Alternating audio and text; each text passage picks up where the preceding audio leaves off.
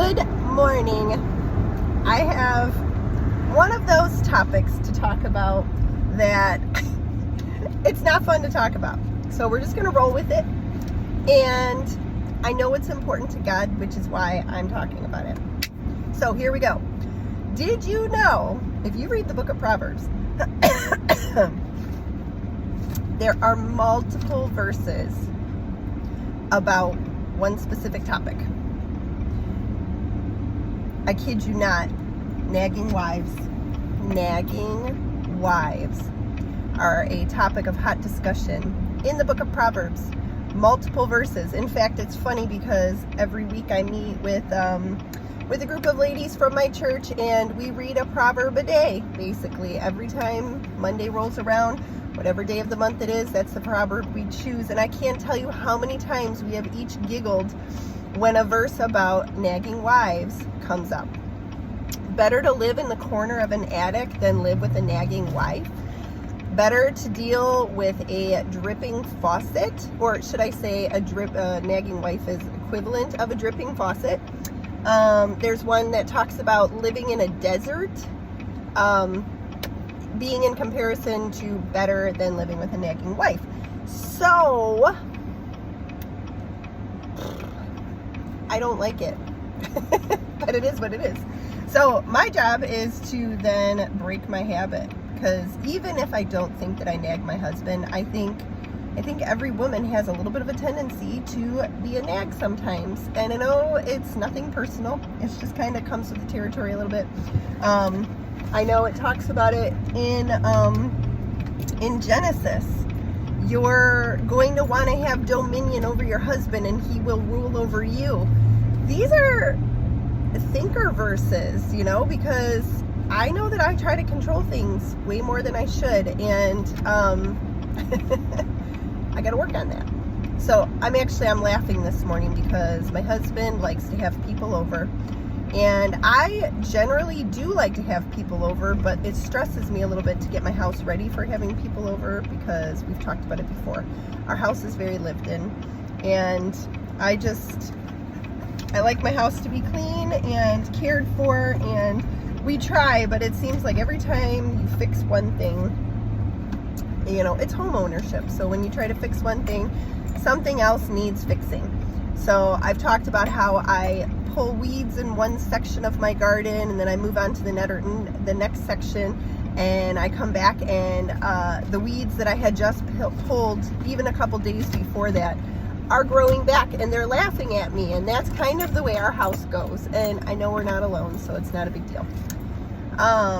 With that said, our sunroom roof literally is like collapsing. It's a drop ceiling, so the structure is stable, but it's crazy. I kind of started noticing it early in this week, and the first thing I said when my husband mentioned we have his cousins over this weekend, I said, I want to see them. I'm so excited, but I stress about little things. And so, could you possibly take care of the sunroom ceiling, as well as we had quite a few light bulbs going out, because we've replaced them with the ones that they say are better, but we're not convinced.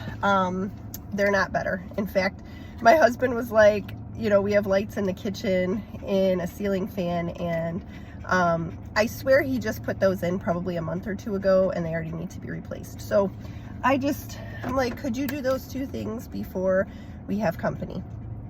So I was bringing groceries in this morning. This is why I'm telling this story. This is the long story short version. I was bringing groceries in this morning, and my husband's on the phone kind of working through estimates and for his job, and we have a new internet provider coming in and installing on Sunday, so he's been trying to get all the numbers for that. And knowing that it's Thursday, and knowing that tomorrow and Saturday are busy days for us because of the holiday, everything in my brain was like, remind him about the sunroom ceiling. And I don't know how, but I didn't say anything. And I actually just pulled into our local forest preserve to take my dog for a walk.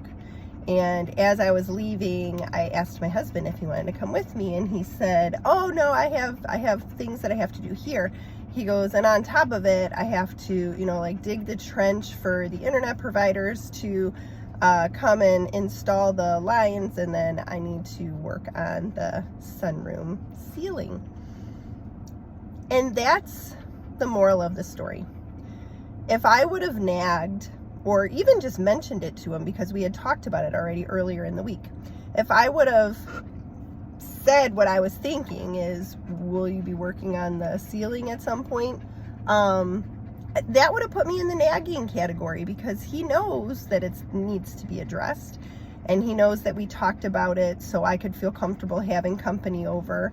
And so, like I said, everything in me was wanting to say something, but there's that little nudge. It's always quieter than the voices that go on up here.